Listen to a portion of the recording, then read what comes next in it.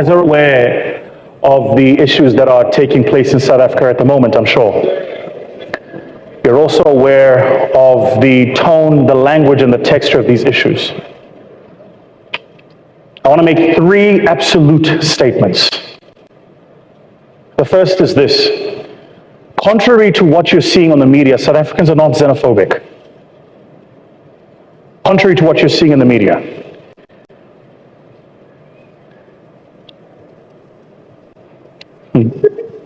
Now,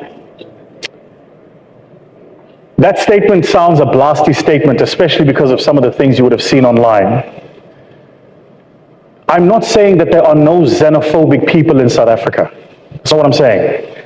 I'm simply saying the entire nation is xenophobic would be missing the point. There are 65 million people in South Africa. We have 11 official languages. We're one of the most diverse societies in the world, and even though that is the case, we get along with most people. If you go and look at the largest companies in South Africa and the CEOs or boards of those companies, you will find that the CEOs or boards or C-suite executives are many people from the rest of Africa. So I think I felt that it was important for me to say that. The second point I want to make is this. I think that there is an agenda to turn us against each other.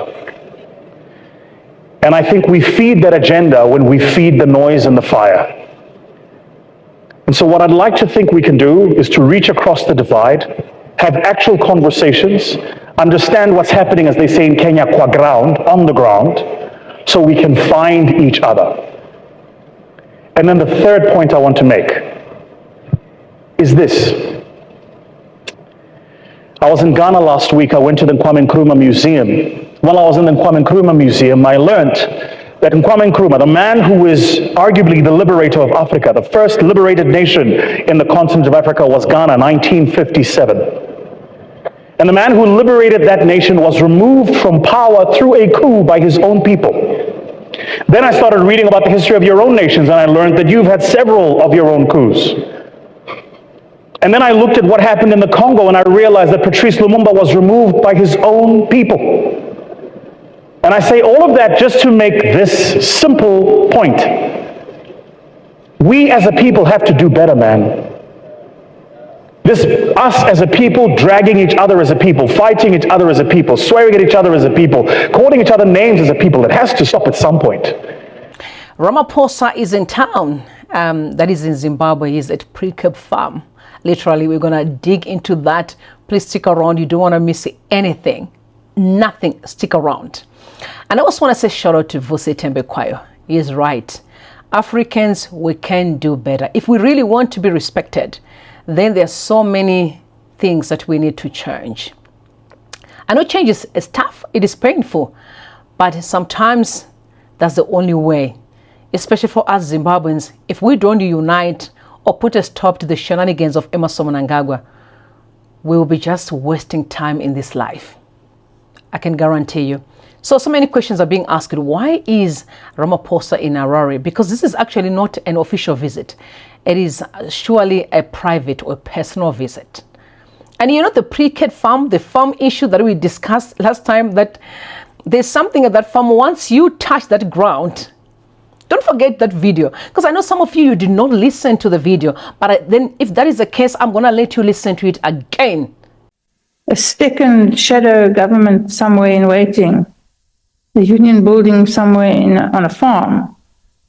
Did you discuss that? And if so, what is that about? What I said in the past, Honorable Member, is that there was a gentleman that was very big in the taxi business. He's late now.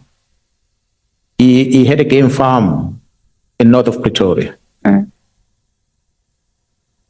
Talk about taxi bosses, talk about business people, very prominent one. Talk about politicians, very prominent one.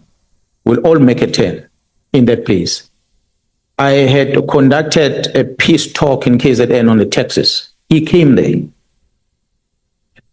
I think he did not appreciate what I said in that meeting. When he left, I had this thing from people that are close to him. One of them is this Sergeant Nkosi, because he grew up with him there. He was his father. Where this man says, I want Mkwanazi to come to the farm. if you can't bring Mkhonas to the farm, that means you don't have control over Mkhonas. Because he believed that if you come to the farm, it's a sign of respect to him. So everyone, that means they walk into that farm or drive into that farm, they are subjecting themselves to his authority. So this person was that powerful, that man. So many people were associated with him. That's why I'm saying there was that parallel kind of managing the country that was run in a farm. And there are many people of his, some of them brought us here today that were attending this gathering. So that's why I'm saying the majority of the politicians know him very well. And so he goes, he passes on, other people want to take over from him. So that's why we had to stop. General Sibiya says at one stage, communicating to Matlala, that I don't have anyone else to look after me except you, Matlala. Mswati is gone. So when you have a general saying that, he's handing himself over to Ken Matlala by that communication. It's a worry. It tells you that we were almost having a problem. But it's something that was there for many years. All right, I know some of you, it's your first time to pass through this channel. I want to say you are welcome. Please subscribe to the channel and turn on the notification as well. Let me send some love to those that are always joining me. Thank you for coming back. Please thumbs up the video and share with others in your groups. Let's move right along. At least I had to let you listen to this video again. But here's the thing. Mnangagwa is desperate. CAB3 has failed. So now he doesn't know where to turn, right? So if I bring you to the farm, remember what happens when you just touch the farm ground? I mean, you've heard a lot about Precab farm. So I just wanted you to know that there's someone who passed away in South Africa who also had a very mysterious farm that he would control politicians, talk about the generals in military, the top cops, the generals in the police. He was that very much deep into voodoo, or you call it traditional. I know it's not traditional medication. It's literally like, to me, I want to call it WITCHCRAFT. Okay, I can't repeat that on this channel, right? But because of these questions, some thought there was a need for us to actually converse. Do we really need Ramaphosa to resolve our issues? Let me look at what Tinashe Babanyezi said. He also has his channel, the podcast Friday Drinks. You can also check in and really subscribe to the channel. It's an incredible place. Oh, by the way, you guys need also to subscribe to the channel that is Substrust. Professor Ibomandas always have conversations discussing about so many things that are going down in Zim, especially in this very sensitive time of our journey. Right? So let me read what Tinashe said as far as South Africa and Zimbabwe is concerned. To those who claim South Africa is not done enough on Zimbabwe, can they please articulate what enough would look like? From my vantage point, SA has done more than enough. It has carried the diplomatic burden, absorbed the economic refugees, lived with the spillover, and still gets spoken of as if Pretoria has some magic lever it refuses to pull. Intervention does not remain trapped in communiques forever. The spectrum eventually becomes force. It becomes sanctions, blockages, troops, money, and very often ununited consequences.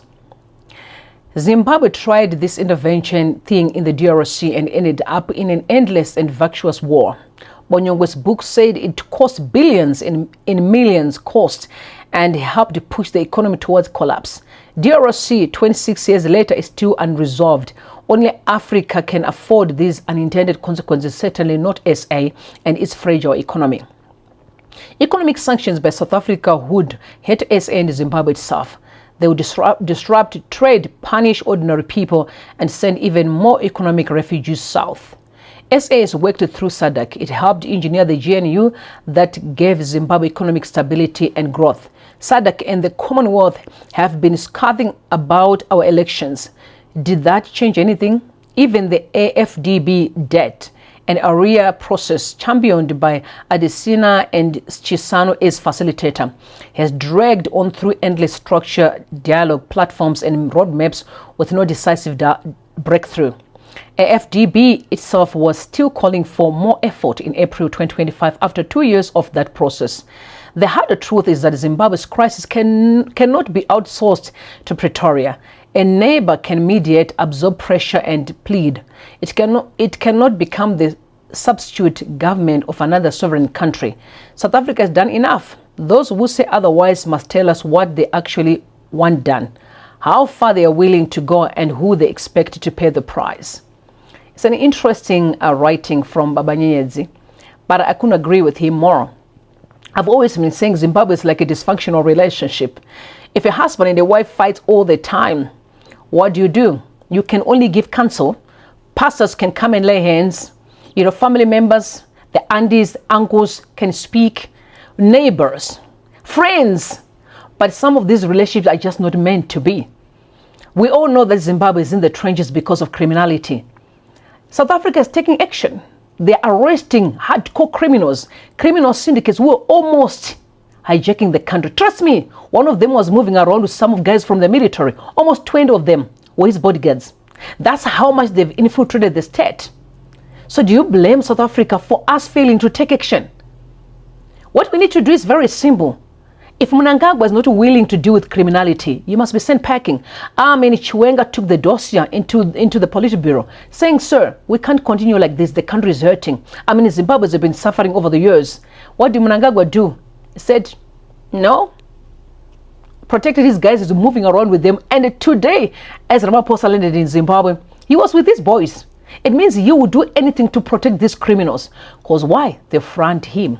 So stick around, because you'll be shocked with what I'm going to be reading later on from the investigative journalist Sentry, a report about Ramaphosa and Emmerson Mnangagwa. Interesting. CAB3 has failed. That's why Mnangagwa is trying every trick in the book. It's clear he's having sleepless nights. And these guys have no choice, because Mnangagwa was like, guys, you're going to work with me here, because otherwise you're all heading to prison. Anyway, they can't escape. They're on their way to Chikrubi. They're very lucky if they don't face actually heavy punishments, because going to Chikrubi is one thing, guys, but some people face firing squad, y'all. I'm just saying. But that's what happens if you think you're smarter than the country. Anyway, so last night while I was minding my business, I had to come across retired General Winston Chigwaka. I know that this page is really sharing the mind of the military. I've made it clear last time that the fight in Zimbabwe today is now the power structures that Mnangagwa has created are people that is paying monthly to destroy the country, and the actual military, that is the Zimbabwe National Army, are saying enough, this country is dying. There's no way we can continue like this. But let me read what he said. He said, I've received information that I cannot in good conscience sit on. President Cyril Ramaphosa of South Africa is visiting Zimbabwe. Not an official state visit with full diplomatic protocol, not a SADC summit with a regional agenda, not an AU engagement with continental purpose, a private visit. And the destination after the obligatory Harare formalities is Precab farm. Quite. Oh my God, whenever I hear about Precab farm, I'm like, I know there's some magic going on there. But trust me, if I put my foot up there, maybe someone is going to give their life to Christ, I swear. I swear. So when I saw that tweet, I just literally, I reposted it, and I said, hashtag Pala farm, that cache that was found under the sofa, right? Or in the sofa, whatever you want to call it. But we all know about Pala farm saga. Stick around. I say stick around. You'll never regret what's about to come. Anyway, we know he is we saw him. He was being welcomed by Anakuda Tagwire, Manawikino Chiva. You can see the pictures right there. I mean, it's almost all of these gangs and their godfather, they're just around him, and they are trying their best. I'm sure they're desperate to convince, Ramaphosa to say, please endorse this CAB3 thing, because we are desperate. But what they don't understand is that Zimbabwe is actually their main problem, not Ramaphosa. Ramaphosa will leave Zimbabweans. The Zimbabwe, the country, and our ancestors, the blood that was shed is the one that is speaking. So that they actually don't see their problem. You can call everyone you want. Now you see why Chivayo was like literally roaming around Africa, Tanzania, Malawi, I mean, you name it, Nigeria, Kenya, he has been frequent there, and there's more that will shock you that we'll discuss, I think, tomorrow. It shows why they were trying to sell this lie. So that when this preach in, then they will be maybe trying to get as much support and favor, which we know it will never happen. It's just a wish, because the real fight is at home. I also heard that church leaders met with him. The real friend, of course, from the Zion Church, and some of the elders in the churches went to sit down with Mnangagwa and said, hey, you need to have a chat with Chiwenga. But trust me, that did not go away from what I heard. You also tell Chiwenga to accept that I need to proceed with CAB3. I said these are just rumors. I don't know how true that is. You know, with Zimbabwe, honestly, whatever you hear without evidence, receive it with a pinch of salt. But no amount of grandstanding that will save criminals. Zimbabwe needs a new culture, and new culture it will embark on very soon. But what fascinated me above all else is that when I was busy minding my business, tries to digest this tweet today. Now, Nick Donovan, I think for those that have been listening to most of the allegations of looting that has been going on in Zimbabwe over the years, Sentry has reported extensively on those crimes. He now went in and tagged the military as well. Okay, he reposted and tagged them, and then shared their report on the issue of Palapala farm. So I think before I proceed, I want to tell you what happened the day the Palapala saga broke out in South Africa. So one of my friends, she's an advocate, because she's an advocate, and similar, she was my client at that time. So she just called me, like having a chat. I'm like, hey, the Palapala thing. And I said to her, listen, I am very worried. She said, what's up? I said, you know what, my instinct, I think this money came from Zimbabwe. And I remember saying to her, what do you mean? I said, guys, Palapala farm is just like, it's just very close to the border between Zimbabwe and South Africa. And Zimbabwe is the only country that is trading on US dollars. And then by 2020, I can never forget that in 2019, the government had abandoned the US dollar. And so many people lost money. Do you guys remember that? Lost money. What happened to the brand new currency and money that was in the country at that time? I said, I have this thought that it may be from Zimbabwe, because it's too closer to home, man. And I do remember that she was like, let's see what's happening. I said, these are just my speculations. I remember after that phone call that I continued, I find that it was like a pressing issue for me. And I began to say, Lord, so this money in US dollars was under the pillow or in the sofa, and there's Zimbabweans who are crossing Limpopo River, you know, when there's money, because they can't feed their children. Some, like, they are literally being eaten by crocodiles, some of them. And this doesn't make sense. And this has been like a problem, honestly. Every time they talk about a Palapala, I'm just thinking about Zim. But we all remember that in 2019, they abandoned the US dollar. And then in 2020, they said, no, because of the COVID, we need to reinstate the Zim dollar. The question is, when they abandoned the Zim dollar, what happened to the money, the Zim dollars? Zimbabwe has been through a lot because of crime. A lot. These criminals have played the Zimbabweans for real decades. For real. But that's what I wanted to just mention on that one before we proceed. Now let's get into the Sentry report. Very important report. That he tagged the military then on Twitter today. On X, sorry, my bad. So the headline for the report is a spin cash machine. Payments to Zimbabwe's president's farm and vice president's associate followed a 120 million chrome deal. Now let's get into the details. I'm going to read that. Stick around because this is quite very important. So then they went on to write the allegations.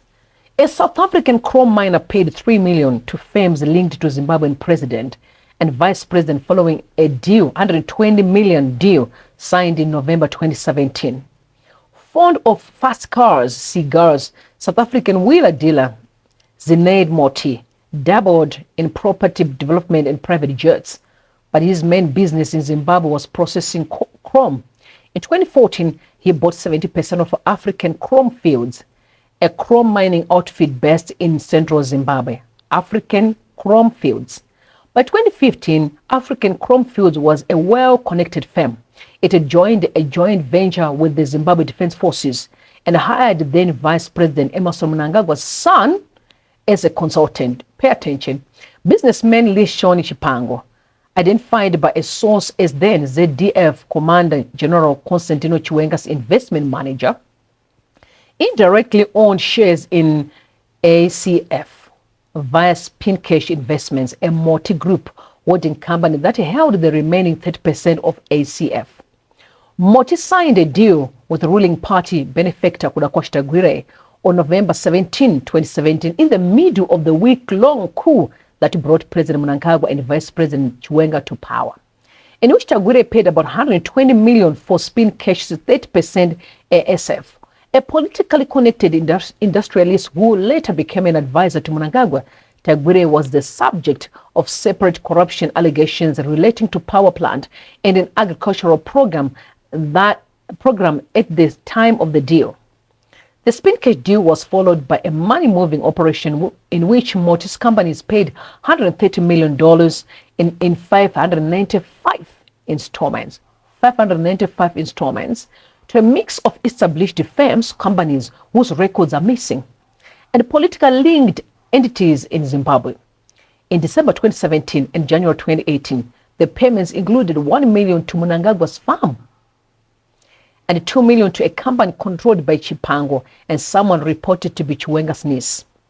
In a separate commercial transaction in February 2018, ACF also paid $100,000 to a senior judge, Justice George Chiweshe, as part of a wider deal to mine chrome in concession areas controlled by a firm he hired.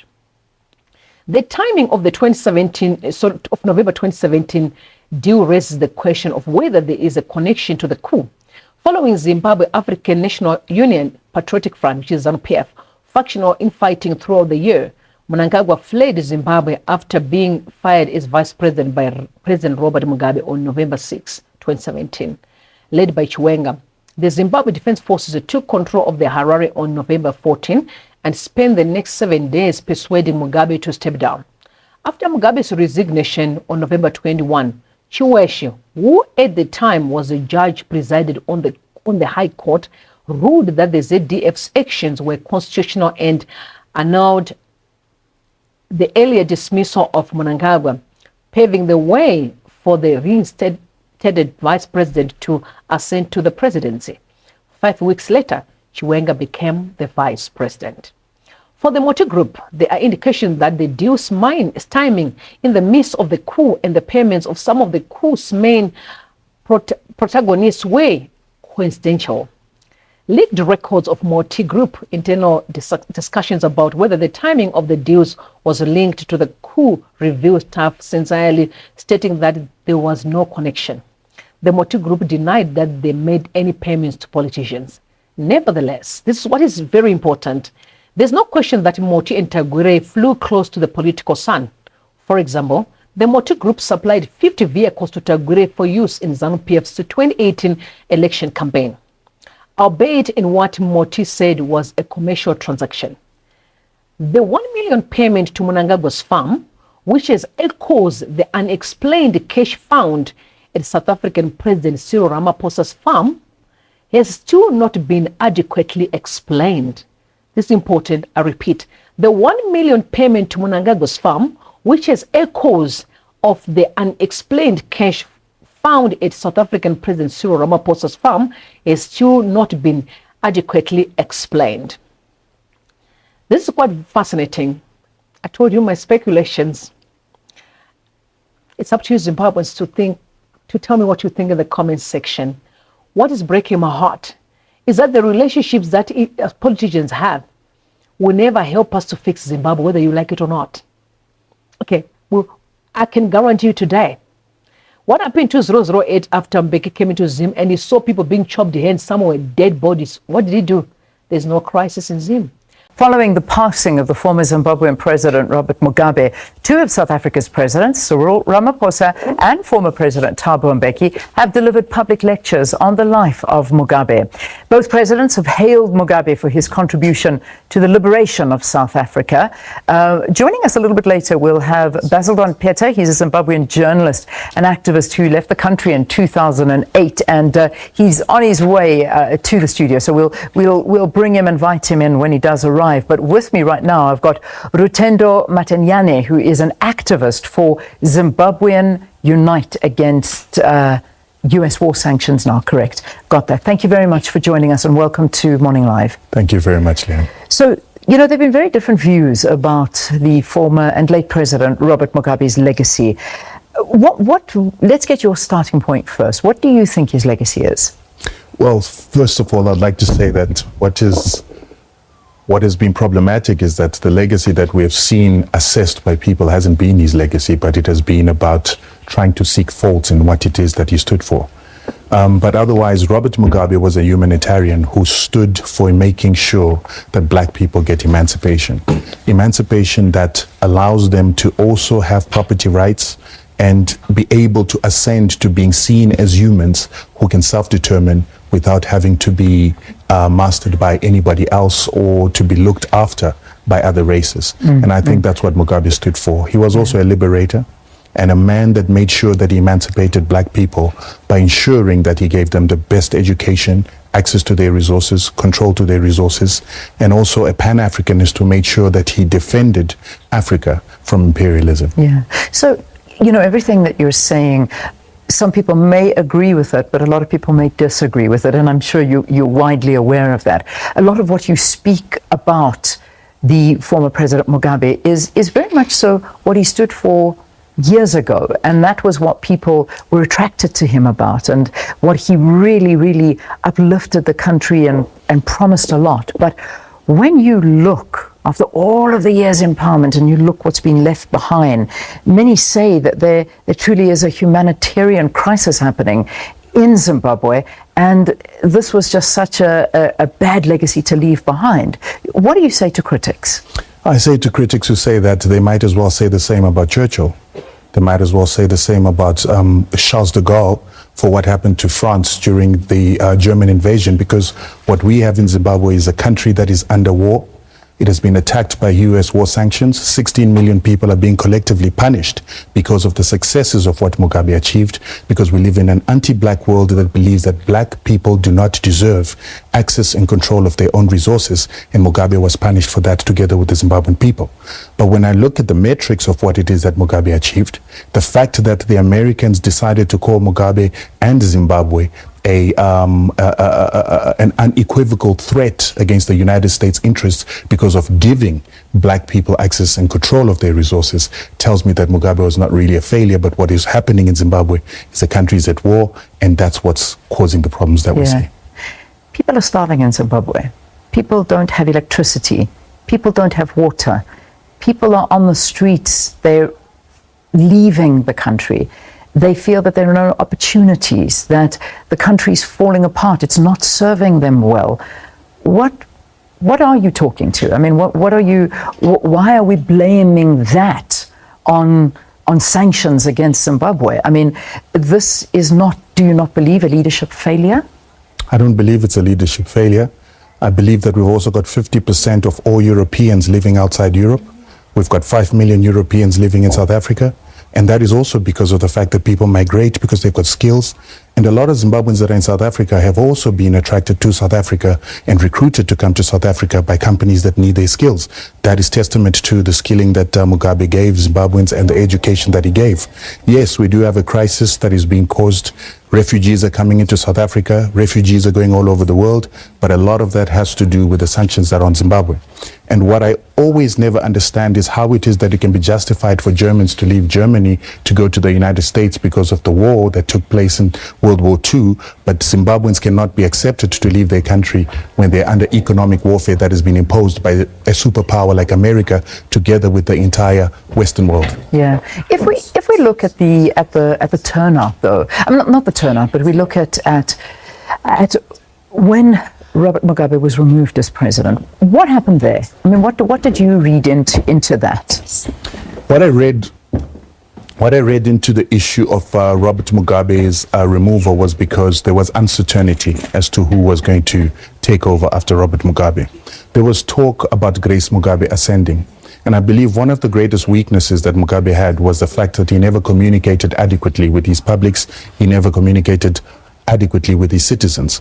And that doubt that was left as to who was going to replace him was the problem. But we understand that it wasn't even Grace Mugabe who was going to replace Mugabe. It was actually a man called Sidney Sekaramai who was supposed to come after. But that is one of the problems that they were. Okay, so joining us here now on the program, I had said that he was going to join us as soon as he could, is Balazan Peter. He's a Zimbabwean journalist and activist discussing also the Zimbabwean President Robert Mugabe's legacy. Thanks for coming. I'm glad you could make it just in time for the interview. We've been having quite an interesting conversation, and I've been hearing the views of our guest here in studio with us, talking to Zimbabwe, with our Zimbabwean president, Rutendo Matanyane, who is saying he was a humanitarian, he was a liberator, he was important with education, and he was a non-apologetic leader who's left a great legacy behind. What are your views on this? What great legacy has Mugabe left? Mugabe is a remorseless tyrant. He destroyed a country. Why is Rutendo here? Why am I here? We are here because our country has nothing to offer us. Why are millions of Zimbabweans here? I just heard him say, why are Europeans in wherever they are? I missed what he said. We are here because, not out of choice, but because of circumstances. We have to make a living. We can make a living in our own country. Let's not romanticize bad leadership. Mugabe is an eloquent example of how not to run a country, a textbook example of how not to do things. He destroyed a country. And I find it a huge shame that there are people who see a hero in Mugabe, a liberator, who use all these phrases that my brother is using to describe a man who, in simple terms, was a very bad leader. Destroyed a country that in 1980 held so much promise. Yeah. If you look at the turnout of his funeral, though, and you look at the send-off for the former president, the turnout was very poor. Was it poor? Because it looked like he got a hero's farewell. No. There were several heads of state attended. But the National Sports Stadium was virtually empty. You can see it from your visuals. Yeah. What do you say? I mean, are you living in South Africa, Rutendo? Let's ask you that question. Do you live here? Yes, I do live in South Africa. And I think it's very important for Bazilton to be able to take his context and not use that self-reference to think that that's my situation. I was offered an opportunity to come to South Africa in 1999 by a South African company that offered me a work permit while I was in Zimbabwe. I was working as a manager in a company, and I came to South Africa because of the opportunity it offered me in the marketing space. So I did not leave Zimbabwe because of the fact that Zimbabwe was not good. Number two, a lot of millions that are here. Number two, there are a lot of people that are in South Africa that have run away from land to come waiters in South Africa. They've run away from mining gold, platinum, diamonds, and resources to come to South Africa because they would rather prefer to be given a job by somebody else, to use their CV, rather than to take over the land, take the resources, and use those resources to become rich the way that it has made the Rhodesians rich. Why don't they? I mean, if that's what you're saying, they're running away from those wonderful opportunities. Why don't they take up the opportunity? In fact, why don't you take up the opportunity? Why would you come and make your fortune here in South Africa when, as you've described it, you could be making a fortune in Zimbabwe? Why are you here? Because I'm part of the problem in Zimbabwe. My attitude of thinking that I had to come and take up the opportunity that was offered to me here, so why don't you go instead home? of mining May land. I ask you that? Why do you not I am go going home. But right now, I've also got family in South Africa. I've got South African children, and those South African children don't just allow me to just stand up and leave, but I do have projects that I'm taking part in Zimbabwe because I've learned that those resources are the most important thing. If you have such faith in your country, in Zimbabwe, I would say and I would think you would get up and you would take your family and you would go and fix up the future of Zimbabwe. If you're saying there's land, if you're saying there's minerals, if you're saying there is so much wealth and opportunities for you there, you're living a contradiction. No, I'm not living a contradiction. You certainly are by sitting here. You're living a contradiction. Because people are suffering in Zimbabwe. So why are people not languishing why here? are people not going to the Netherlands? Why are Germans not going back to Germany? Is it because their countries are bad? Is it because they're running away from problems in the UK or in the States? Why aren't Europeans going? What are you doing here? I live here. This is my home. I'm not running away from it. Why are you living here instead of Europe? Why did your great-grandparents come here instead of Europe? We're not talking about grandparents. We're talking about me. No, we're talking about you. You've made it sound like a Zimbabwean needs to go back to Zimbabwe to show that Zimbabwe is working. So why are Europeans not going back to Europe? Why are Asians not going back to Asia? Why are they staying in South Africa? The context of the conversation is that you're saying that Zimbabwe is a beautiful country with great opportunities and people have run away from there to become waiters. The context is you are living here in South Africa when you could be going back and making that country work. That's the context. You also forgot that I was asked to come here. Somebody thought my skills were important here. I've been asked to go to other countries, but I believe in this country. But why don't you believe in Europe?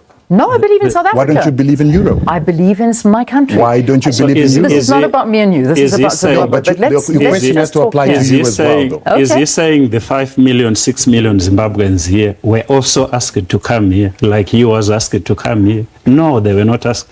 They jumped the borders. Out of desperation. They are here to make a living because their country has nothing to offer for them. Zimbabwe stands now as a destroyed country. All hope is lost.